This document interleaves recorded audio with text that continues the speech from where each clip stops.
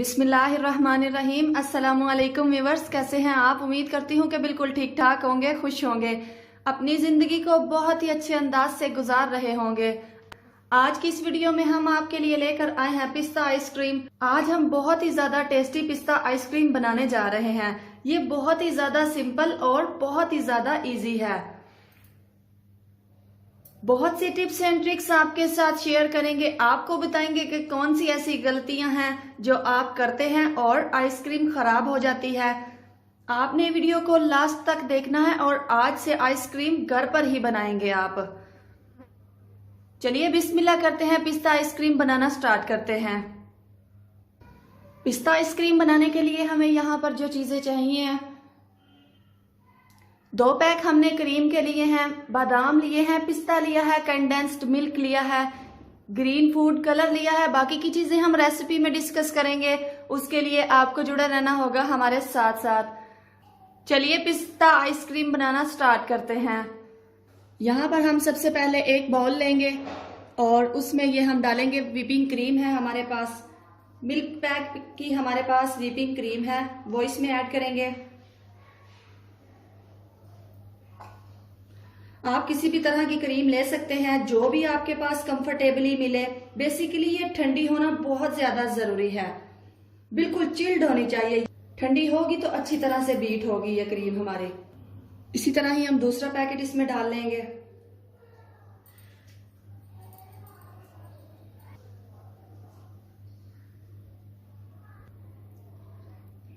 ले जी, यहाँ पर क्रीम को हमने डाल लिया है बाउल में। 2 पैकेट क्रीम लिए हैं हमने उनको बाउल में डाल लिया है खोल के, और अब हम इसको बीट कर लेते हैं। बीट करते हैं हम इसको हैंड बीटर की मदद से। बिस्मिल्लाहिर्रहमानिर्रहीम। जितना ज्यादा आप इस क्रीम को बीट करेंगे, आपकी आइसक्रीम उतनी ही ज्यादा अच्छी बनेगी। यहाँ पर लोग बेसिकली गलती ये कर जाते हैं कि जो क्रीम होती है वो बहुत गर्म होती है और वो इसको बीट करने लग जाते हैं, तो ये बिल्कुल गलत है। क्रीम को लाएं, 1-2 घंटा फ्रिज में रखें, फिर इसको बीट करें।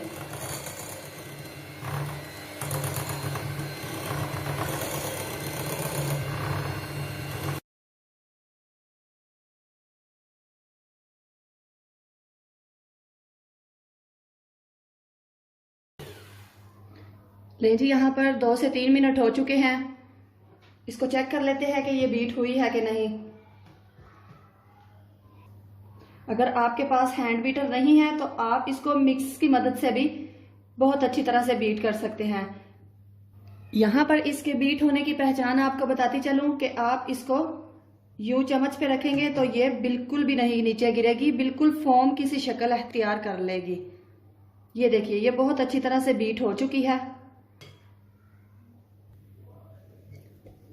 और दूसरी इसकी पहचान ये है कि ये साइज में भी डबल हो जाएगी। आप देख सकते हैं कि ये कितनी ज्यादा हो चुकी है।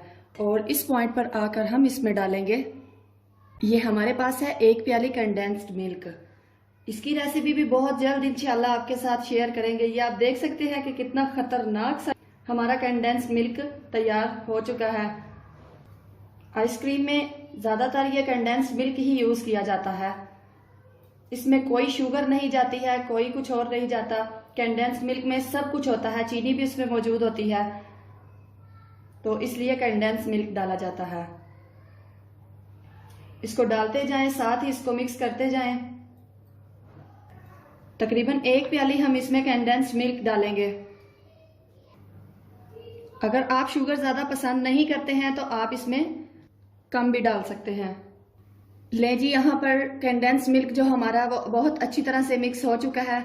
और इस पॉइंट पर आकर हम इसमें डालेंगे, ये ग्रीन फूड कलर है। 1 चुटकी हमने ग्रीन फूड कलर लिया है 1 चम्मच पानी में, वो हम इसमें डालेंगे क्योंकि हमने आइसक्रीम को नेचुरली कलर देना है। पिस्ता आइसक्रीम का नेचुरली कलर हम इसको देंगे, वो ऐड करेंगे और इसको अच्छी तरह से मिक्स करेंगे। ले जी, यहाँ पर ग्रीन कलर हमने अच्छी तरह से मिक्स कर दिया है। आप देख रहे होंगे कि ग्रीन कलर हमने बहुत ज्यादा नहीं डाला, ये पिस्ता पिस्ता सी हमने इसको शेड दी है। ग्रीन कलर अगर ज्यादा डाल देते तो अच्छी नहीं थी लगनी, बिल्कुल भी खूबसूरत नहीं थी लगनी है। इसलिए हमने 1 चुटकी के बराबर ग्रीन कलर लिया है और वो इसमें ऐड किया है, और ये इतना खूबसूरत सा कलर इसका बन चुका है।